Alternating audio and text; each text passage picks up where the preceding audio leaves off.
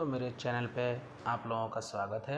आज हम लोग देखेंगे कि यूपी में ईद की नमाज़ को लेकर के जिस तरह का हंगामा मचा हुआ है उसकी वास्तविकता क्या है और इस पर जो है सरकार के क्या आदेश हैं और यूपी के लोगों का जो है वो क्या प्रतिक्रिया है। और उससे भी बड़ी बात हम लोग देखेंगे कि इसका एक कंपेयर करेंगे जो हिंदू, मुस्लिम, सिख, ईसाई धर्म के बीच में कि किस किस धर्म त्यौहार में सरकार के क्या क्या आदेश होते हैं और उसका पुलिस और प्रशासन कैसे पालन करता है। साथ ही देखेंगे कि लॉ एंड ऑर्डर के नाम पर जिस तरह बंद किया जा रहा है उसके लिए क्या दूसरे उपाय हैं या नहीं, और ईद के समय में जो है मुस्लिम सड़क पर नमाज़ पढ़ सकता है या नहीं, या अपने घरों में भी नमाज़ पढ़ सकता है कि नहीं, इसका संवैधानिक जो प्रावधान है वो क्या है और भविष्य के लिए मुस्लिमों को क्या तैयारी करना चाहिए। तो चलिए हम लोग शुरू करते हैं। सबसे पहले देखेंगे कि ईद में मुस्लिमों का कौन सा मुख्य त्यौहार है और हिंदू धर्म के लोगों का क्या मुख्य त्यौहार है, और उसके बाद देखेंगे सिख ईसाई लोगों का एक एक करके। तो हम पहले देखते हैं कि देखिए यहाँ आपके सामने में है कि 13 जनवरी से लेकर के दिसंबर तक है और ये एक साल का कैलेंडर है। इसमें जो है आप देखिए सरस्वती पूजा है जो स्कूल में होता है, और सबसे बड़ा ये होली मार्च माह में आता है। ये हिंदू त्योहारों का सबसे बड़ा त्यौहार है और ये जो है वो हिंदू कैलेंडर का जो है वो पहला महीना होता है। उसी तरह हम लोग देखेंगे रामनवमी में, जिस तरह मुस्लिम में जो है मुहर्रम होता है और रामनवमी जो है हिंदू लोगों में होता है, तो उसी तरह जो है मुस्लिम धर्म में आपको मुहर्रम देखने को मिलता है। इसके अलावा हम लोग देखेंगे कि कई सारे त्यौहार हैं जिसमें से आपको कृष्ण जन्माष्टमी देखने को देखेंगे। और ये कृष्ण जन्माष्टमी में क्या होता है कि कृष्ण भक्त जो है वो जगह जगह रोड पर हांडी लगा करके उसको मटकी को फोड़ते हैं। और ये सब वैसे हम पूजा के बारे में बता रहे हैं आपको कि जिस पूजा से जो है वो आपको सड़क जामें होती हैं।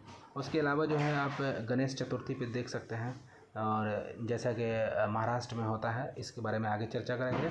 उसके बाद आपको नवरात्रि के मैटर में देख सकते हैं, दशहरा में देख सकते हैं जो आपको दुर्गा पूजा के समय में आता है, दीपावली देखेंगे, उसके बाद छठ पूजा देखेंगे। उसी तरह मुस्लिम में देखेंगे हम लोग ईद देखेंगे, बकरीद देखेंगे, मुहर्रम देखेंगे और कुछ त्यौहार है उसको देखेंगे। सिख पर्व में जो है आपको आता है प्रकाश पर्व, उसके बारे में जानेंगे। अब देखिए ये है दिया हुआ, होली है, दिवाली है, मकर संक्रांति है, बसंत पंचमी है, महाशिवरात्रि है, कृष्ण जन्माष्टमी है, छठ है। इसके अलावा आपको कांवड़ यात्रा है ना, कांवड़ है। उसके बाद आपको कुंभ मेला है। तो हम लोग एक एक करके देखेंगे वैसे प्रोग्राम जो सड़कों पर होते हैं सभी धर्मों में। और मेरा उद्देश्य है कि आप लोग इस चीज़ों को समझिए और आपसी भाईचारे को बनाए रखिए और मिलजुल करके रखिए। देश तभी तरक्की कर सकता है।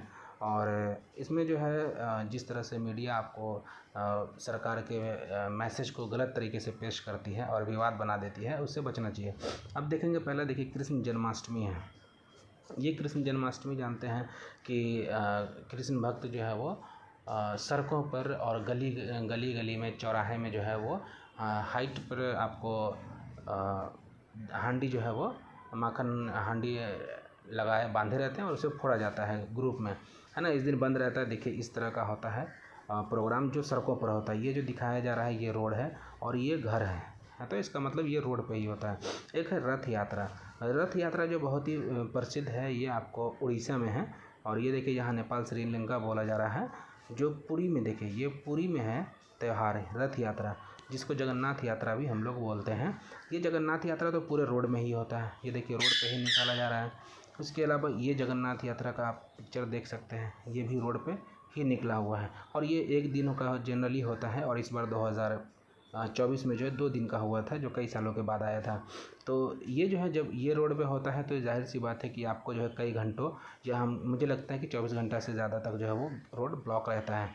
रामनवमी में देखेंगे इसी तरह मुस्लिम धर्म में हम लोग देखते हैं मुहर्रम। ये मुहर्रम भी जो है आपको रोड पे होता है ना, और रामनवमी भी होता है। दोनों में जो है वो रोड ब्लॉक रहता है। छठ देखेंगे, ये छठ जो है आपको कहाँ होता है तो तालाब में होता है, नदी पे होता है, लेकिन इसमें जनरली रोड बंद नहीं होता है। हाँ, घरों में जो है वो कुछ लोग जो है वो आजकल प्रदूषित हो गया है पानी, तो लोग बाहर जाने से बचते हैं और घर में छत पे या फिर आंगन में आंगन में जो है वो आर्टिफिशियल तरीके से बनाते हैं, तालाब जैसा या स्विमिंग पूल जैसा, वहाँ जो है वो छठ मनाते हैं। ये देखिए होली के रंग है। होली जानते ही हैं कि हर्षोल्लास का पर्व है, और इसमें आपको सड़कों पर जो है, हर सड़क चौराहे पर आपको एक दूसरे को रंग लगाते हुए नजर आएंगे। और इस दिन जो है वो समझिए कि एक तरह से रोड भी बंद ही रहता है। महाशिवरात्रि पर देख लेते हैं। ये महाशिवरात्रि जब भी होता है आपको सड़क जो है लगभग खाली रहता है, पूरी तरह से ब्लॉक तो नहीं कर सकते हैं, है ना। एक है कबड्डी अट्टनम, ये तमिलनाडु में होता है ना, ये त्यौहार है, और यहाँ भी ये रोड पे निकलता है इसका प्रोग्राम। तो अब देखिए क्या लिखता है कबड्डी अट्टनम में, त्यौहार के दिन भक्तगण एक निश्चित मार्ग पर तीर्थ यात्रा करते हैं।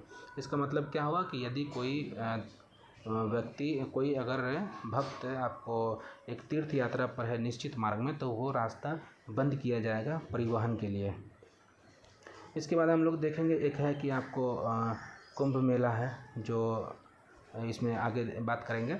उसके बाद आप लोग देखेंगे कि फिर कांवड़ यात्रा है, वो भी हम लोग देखेंगे, है ना।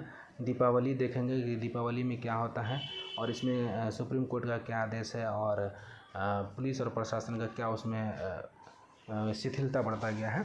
अब देखिए ये जो अभी मामला चल रहा है कि सड़क बंद करके जो है वो ईद का नमाज नहीं पढ़ सकते। सवाल उठता है कि क्यों नहीं पढ़ सकते, हाँ। और दूसरा सवाल उठता है कि क्या जो है ये आदेश किस तरह दिए गए हैं, तो हम इसको आगे देखेंगे। सबसे पहले देखते हैं कि सड़क बंद करके किस किस धर्म में त्यौहार होता है। तो देखिए हिंदू त्यौहार में अगर बात करेंगे, हाँ, तो हिंदू त्यौहार में हम देखते हैं कि आपको दुर्गा पूजा होता है, गणेश पूजा होता है, रामनवमी होता है, कांवड़ यात्रा होता है, महाकुंभ होता है, जन्माष्टमी होता है, होलिका दहन होता है। ये सब क्या होता है कि रोड पे होता है, और ये किसी दिन में 24 घंटा, कभी 48 घंटा, 72 घंटा, किसी पूजे में जो है आपको 96 घंटे तक जो है वो रोड ब्लॉक रहता है।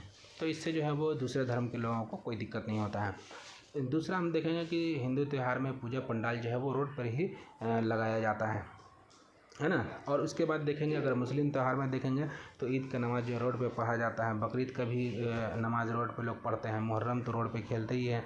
अगर हम सिख धर्म की बात करेंगे तो ये प्रकाश पर्व जो है वो, प्रकाश पर्व आपको क्या होता है कि मनाया जाता है, और ये इस प्रकाश पर्व में आपको रोड जो है वो ब्लॉक किया जाता है। उसके बाद हम लोग देखेंगे कि जो मेला लगता है, मेला ढेर सारा मेला होता है, मधुश्रावणी मेला, उसके बाद आपको पुष्कर मेला वगैरह, तो इसमें भी जो है रोड आपको ब्लॉक किया जाता है। और ये 1-2 घंटा नहीं बल्कि आपको 10-12 घंटा लमसम जो है वो रोड ब्लॉक किया जाता है, ताकि समस्या ना हो, भीड़ मैनेजमेंट कहते हैं। अब जो ये मैटर, ये तो देख लिए कि किस किस धर्म में कब कब रोड बंद होता है। अब देखेंगे कि इसमें देखिए गणेश पूजा में बताया गया है कि कई शहरों में सड़कें बंद रहती हैं, है ना। मुंबई में शिवाजी रोड है, लक्ष्मी रोड है, बाजीराव रोड, कर्मठोड़ road, Ganesh road, Kelkar road, Tilak Shastri, Jangli Maharaj, करवे रोड, फर्गसन कॉलेज रोड, ये सारे रोड जो है वो बंद होते हैं। उसके बाद देखेंगे पटना में दुर्गा पूजा पर 9 से 11 अक्टूबर तक कई रोड बंद है। 9, 10, 11 मतलब 3 दिन क्या है, रोड बंद है ना। डाइवर्जन का प्लान भी किया गया है। अब देखिए ये कुंभ है, महाकुंभ जो अभी हाल फिलहाल में 2025 में हुआ, स्टेशन बंद, गाड़ियों की एंट्री पर पाबंदी, रास्ते से लौटाए जा रहे हैं लोग। इसमें हम लोग देखेंगे कि भीड़ के देखते हुए प्रशासन अलर्ट मोड में हो गया, और शहर में जाम की क्या स्थिति है वो देखने को बोला जा रहा है।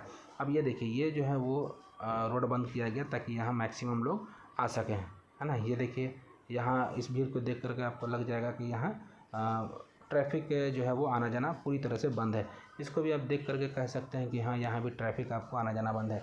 अब देखिए कांवड़ यात्रा जो है उसमें देखेंगे रोड क्लोज हो रहा है, ट्रैफिक डाइवर्सन है। दिल्ली और यूपी में रोड क्लोज मतलब ये बंद हो गया रोड, सड़क क्या हो गया, बंद किया गया, है ना। कहाँ गया देखिए दिल्ली मेट्रो एक्सप्रेस वे जो बहुत ही इम्पोर्टेंट रोड है, कालिंदी कुंज रोड है, महाराजपुर बॉर्डर है, नजफगढ़ रोड है, ये सब क्या है, ये सब जो है वो पूरी तरह बंद किया गया है। किसके लिए, तो आम आदमी की सुरक्षा के लिए, जो श्रद्धालु उसके लिए। अब देखिए सबसे बड़ी बात है, अगला सवाल पे हम लोग आते हैं कि क्या ईद का नमाज के लिए जो है वो गाइडलाइन किसने जारी किया है और इसका क्या महत्व है। तो सबसे पहले हम लोग देखते हैं कि अगर आप गूगल सर्च करेंगे तो आदेश जो है वो किसी यूपी की सरकार ने जो वो जारी नहीं किया है। जारी मतलब लिखित में आदेश नहीं दिया है। हाँ, यहाँ संभल में आपको देखने को मिलेगा, संभल की पुलिस प्रशासन हो गई या फिर मेरठ की पुलिस प्रशासन जो हो गई वो, ये दोनों जो है वो लॉ एंड ऑर्डर के नाम पर बोला है कि आप लोग जो है वो सड़क पर नमाज नहीं पढ़ेंगे और अपने घरों में छतों पर नमाज नहीं पढ़ेंगे। तो इसमें दो बातें निकल करके आती हैं कि पहला इसका संवैधानिक क्या है, महत्व क्या होगा और ये कितना उस पर जो है वो ये है खरा उतरता है।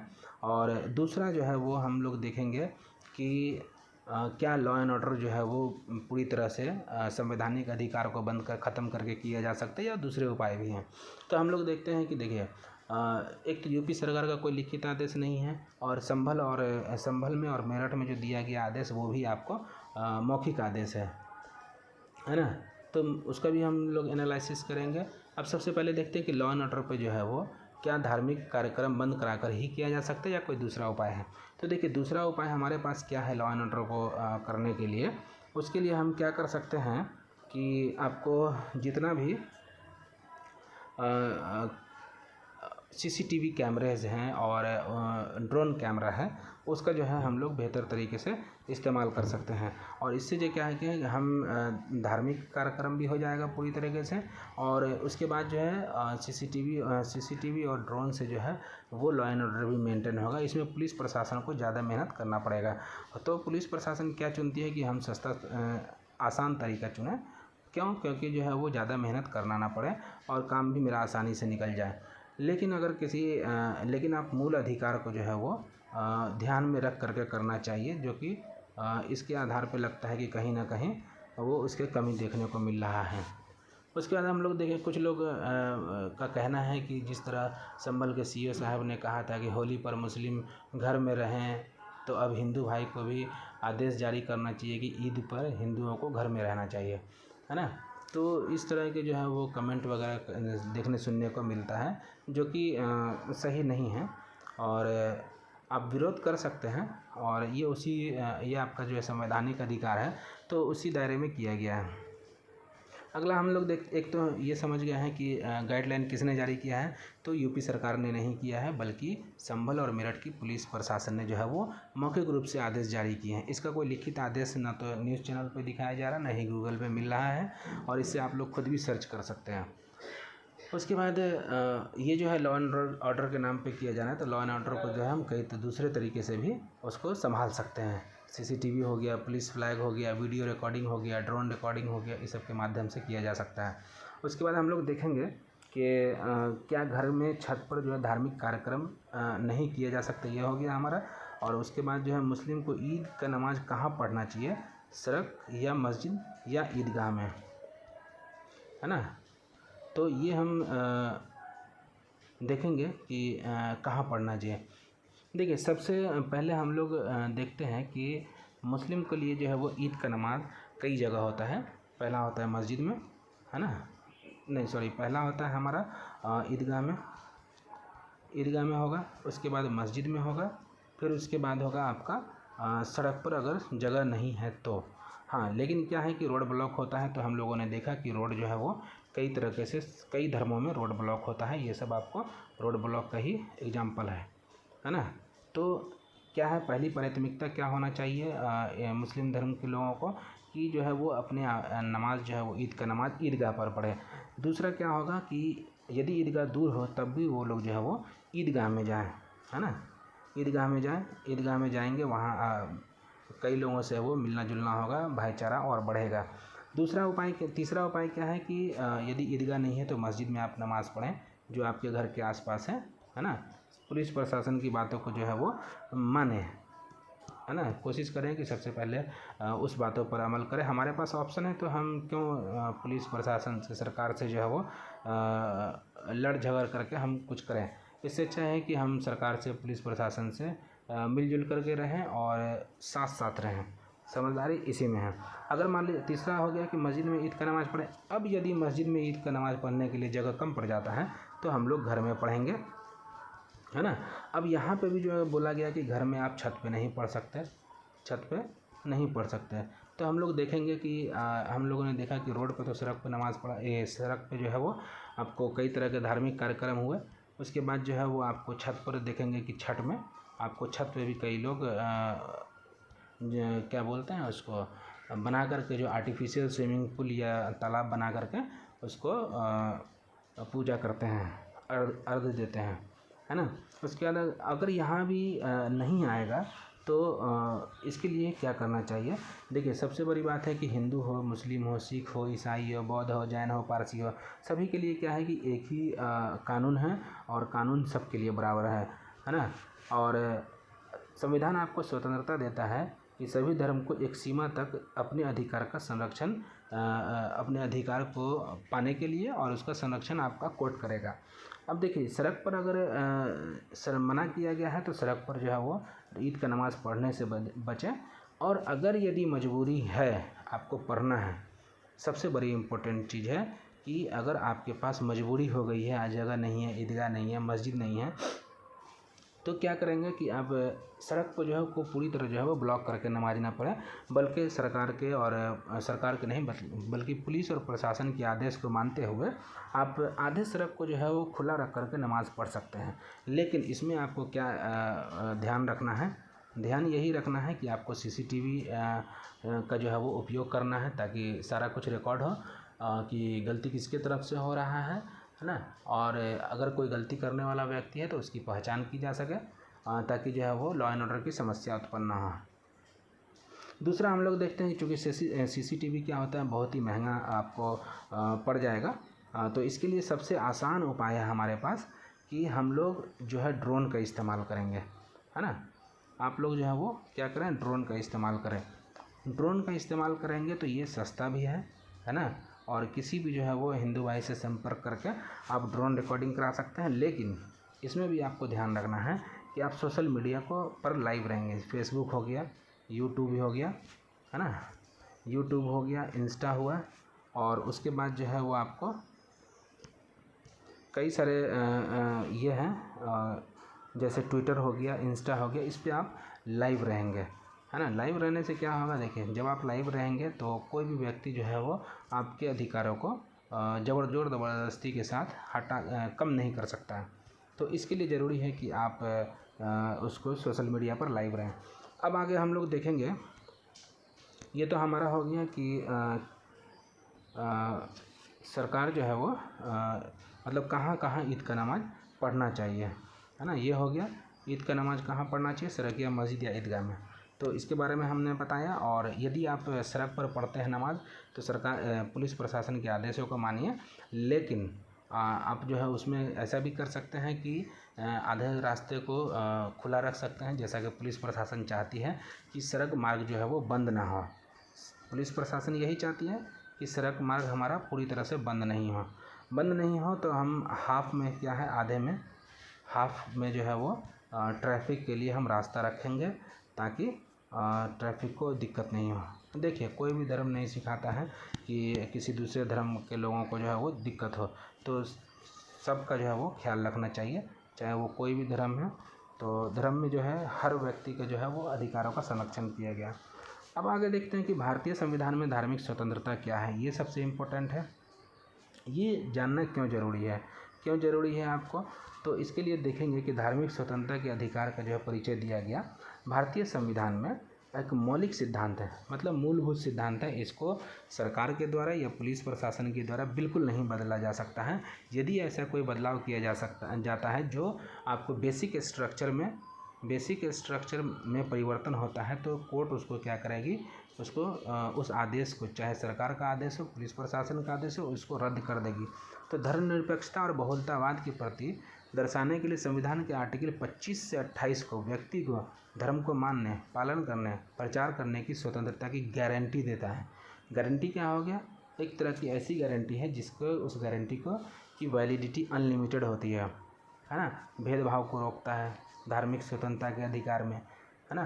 भेदभाव को रोकेगा कैसे, अब देखिए यही तो भेदभाव हम बताना चाह रहे हैं आपको कि यदि आपको यहाँ हिंदू भाई लोग जो है रोड पे पढ़ सकते हैं, मतलब रोड पे त्यौहार मना सकते हैं, जैसे गणेश पूजा हो गया, आपको दुर्गा पूजा हो गया, है ना, महाकुंभ हो गया, उसके बाद आपको और देखेंगे के महाकुंभ के बाद जो है कांवड़ यात्रा हो गया।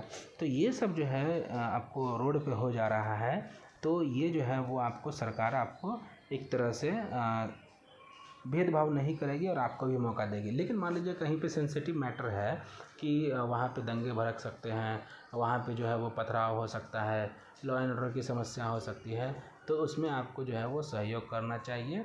साथ ही सरकार के जो मतलब पुलिस और प्रशासन के जो अंदेशे हैं कि ट्रैफिक ब्लॉक हो जाएगा, तो ट्रैफिक ब्लॉक को आधे को छोड़ देना है और अपने जो है वो धर्म को मानना है। आर्टिकल 25 देख लेंगे, स्वतंत्रता की गारंटी है उसके आचरण को करने। मतलब अगर आप नमाज़ पढ़ रहे हैं, जैसे हिंदू जो है वो पूजा कर रहा है और सिख जो है वो कृपान वगैरह रख रहा है, वही है। और प्रचार कर सकते हैं आप, जैसे मस्जिद में करते हैं, मंदिर में करते हैं, गुरुद्वारे में करते हैं, है ना, और चर्च में करते हैं, उस तरह से कर सकते हैं, सड़क पर करते हैं और भी कई जगह करते हैं। धार्मिक मामलों के प्रबंधन की स्वतंत्रता देता है। यही है धार्मिक मामला जो आपको वक्फ बोर्ड में चल रहा है ना। तो ये वक्फ बोर्ड के मामले में जो है ये आर्टिकल 26 आपके काम की चीज़ है। उसके बाद जो है वो आर्टिकल 28 में शैक्षणिक संस्थान है। 27 में जो है किसी विशेष धर्म के प्रचार कर के लिए कर देने की बाध्यता से मुक्ति किया गया। ये आर्टिकल 25 और 26 इम्पोर्टेंट है ना। तो ये हम देख लिए कि भारतीय संविधान में धार्मिक स्वतंत्रता है। यदि धार्मिक स्वतंत्रता पर रोक लगाया जाता है तो आप सीधे सुप्रीम कोर्ट जा सकते हैं, है ना। सुप्रीम कोर्ट और हाई कोर्ट दोनों में से कहीं भी जा सकते हैं। और ये जो है वो PIL है ना, पब्लिक PIL दायर करके जा सकते हैं, जिसको जनहित याचिका बोलते हैं। जनहित याचिका होता है, इसके माध्यम से आर्टिकल 226 से हाई कोर्ट और आर्टिकल 32 से सुप्रीम कोर्ट, है ना, 32 से सुप्रीम कोर्ट जा सकते हैं। तो इसमें क्या है, आपको अविलंब जो है वो सुप्रीम कोर्ट आपको आपके मैटर को जो है वो सुनेगी और जजमेंट देगी। इसके बाद जो है वो आगे हम लोग देखेंगे। ये तो देख लिया अभी तक कि भारतीय संविधान में धार्मिक स्वतंत्रता क्या है, ये हमने देख लिया और उसके बारे में बताया। अब देखेंगे कि ईद के नमाज़ पर जो है मुस्लिमों को ड्रोन रिकॉर्डिंग क्यों करना चाहिए। तो देखिए, सबसे बड़ी बात है कि जब आप जहाँ भी ईद का नमाज़ पढ़ते हैं तो वहाँ पर ऐसी कोई घटना ना हो कि इल्ज़ाम जो है वो आप पे आए कि आपने जो इस तरह की घटना किया। और अगर कोई व्यक्ति इस तरह के जो है ये करता है, मतलब भड़काने का काम करता है, तो देखिए सभी धर्म में कुछ असामाजिक तत्व के लोग होते हैं। यदि कोई मुस्लिम भी हो सकता है जो मुस्लिम के त्यौहार में ही आपको गलत कृत्य करें और इसका जो है वो सीधे इम्पैक्ट जाएगा कि किसी हिंदू लोगों ने किया है या दूसरे धर्म के लोगों ने किया है। उसी तरह हम लोग देखेंगे कि अगर हिंदू धर्म का त्यौहार है तो हिंदू धर्म के भी लोग कुछ करेंगे गलत, और इससे जो है हिंदू धर्म जो है वो कि आस्था को चोट पहुंचेगा। लेकिन जो उसके भक्तगण हैं उनको लगेगा कि किसी दूसरे धर्म के लोगों ने इस तरह का कृत्य किया है। तो उसके लिए सबसे बेहतर क्या, ड्रोन रिकॉर्डिंग। ये सस्ता रिकॉर्डिंग है ना। और कई सारे जो है वो इलेक्ट्रॉनिक्स दुकानदार जो इस तरह के रिकॉर्डिंग करते हैं वो रखते हैं, और ये सभी धर्म के लोगों के जो है वो दुकानदार होते हैं।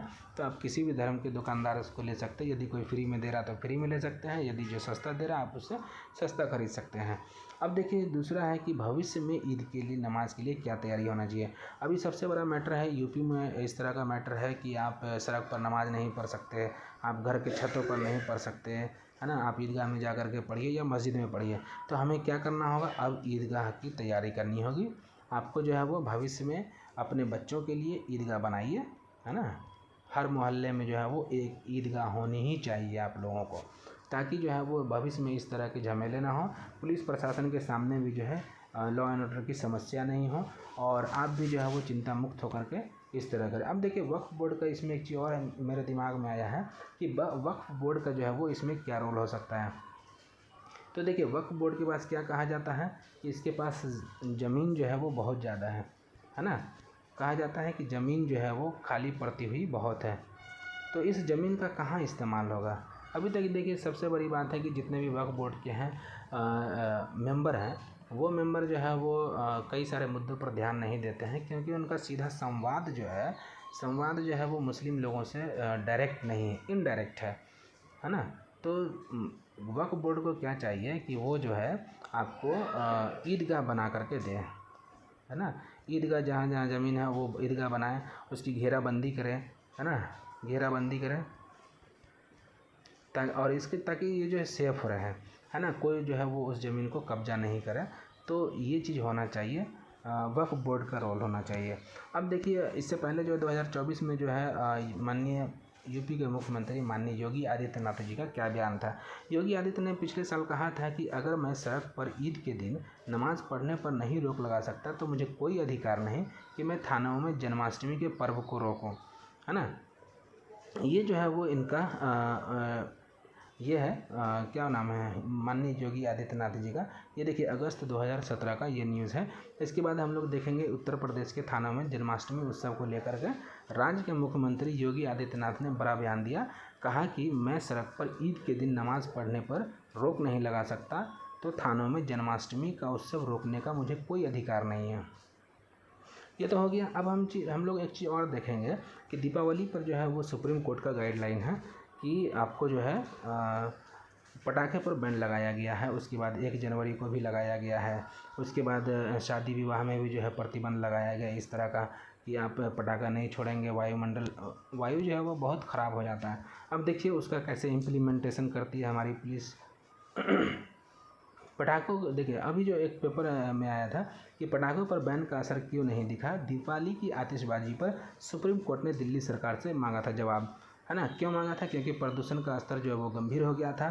सुप्रीम कोर्ट ने दिल्ली सरकार से भी और पुलिस से भी जवाब मांगा कि प्रतिबंध का मतलब दीपावली पर पटाखों के प्रतिबंध का पालन क्यों नहीं कराया गया, है ना। भविष्य में ऐसी विफलता के लिए बचने के लिए क्या क्या कदम उठाए गए।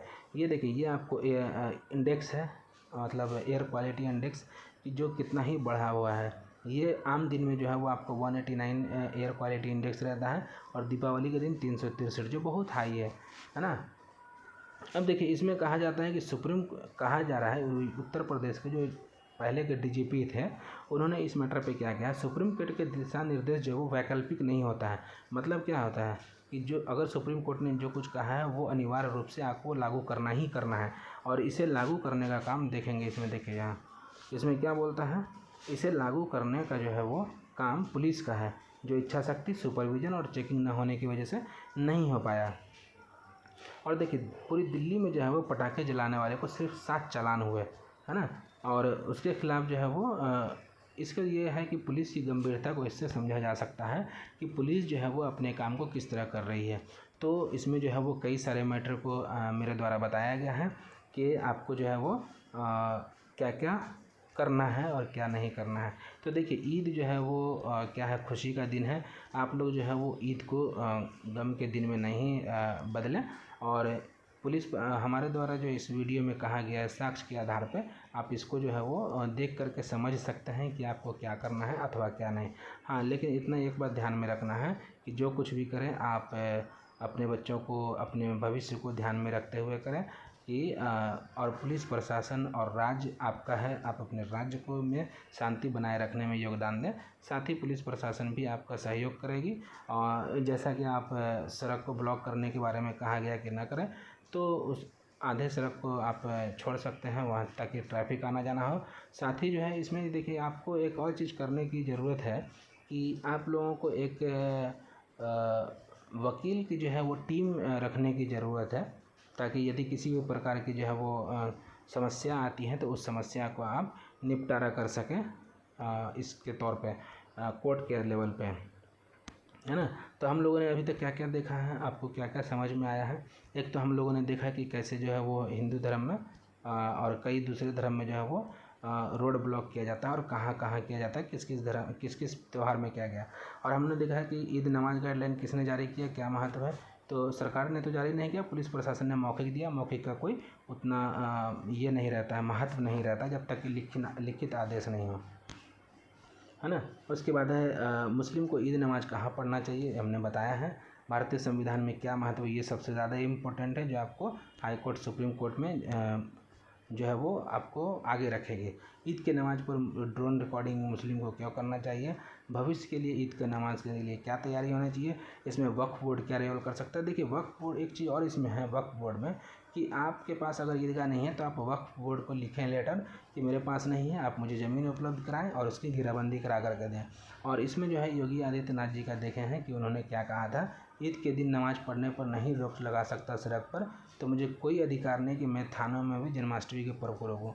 तो ये माननीय योगी आदित्यनाथ जी का खुद ही है स्टेटमेंट है ना। तो ये सब आपके काम की चीज़ है और आप लोगों को अग्रिम बधाई कि आप लोगों के अरब में जो है ईद खुशी खुशी मनाया गया है और कल आई होप कि इंडिया में भी ईद होगा। तो आपको और आपके परिवार को ईद की ढेर ढेर शुभकामनाएँ और ईद के दिन जो है वो आप सेवई खाएं, मीठा खाएं और मीठी बोली बोलें, साथ ही जो है वो देश को मीठा मीठा रखें ताकि देश आगे बढ़े। वीडियो पसंद आए तो लाइक शेयर सब्सक्राइब जरूर करें और अपने दोस्तों तक पहुंचाएं। धन्यवाद।